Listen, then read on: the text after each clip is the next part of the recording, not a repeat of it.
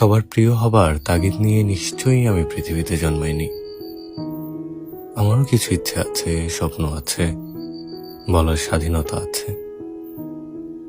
তবে আমি কেন অন্যের জন্য বাঁচব? সবাইকে খুশি করতে যেয়ে কেন নিজের স্বপ্নের জলাঞ্জলি দিব?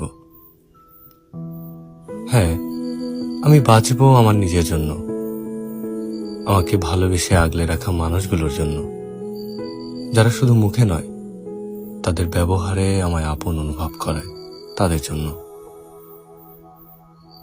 যাদের জীবনে আমাকে একটি বিশেষ অংশ হিসেবে রেখেছে, তাদের জন্য। যাদের কাছে আমি কোনো অপশন নই, বরং ফার্স্ট প্রায়োরিটি, তাদের জন্য। জীবনে এমন মানুষগুলো আষ্টে পৃষ্ঠে জড়িয়ে থাকলে জীবন কখনো হতাশায় ভোগে না, বরং বেঁচে থাকার ইচ্ছেটা আরো বাড়িয়ে দেয়।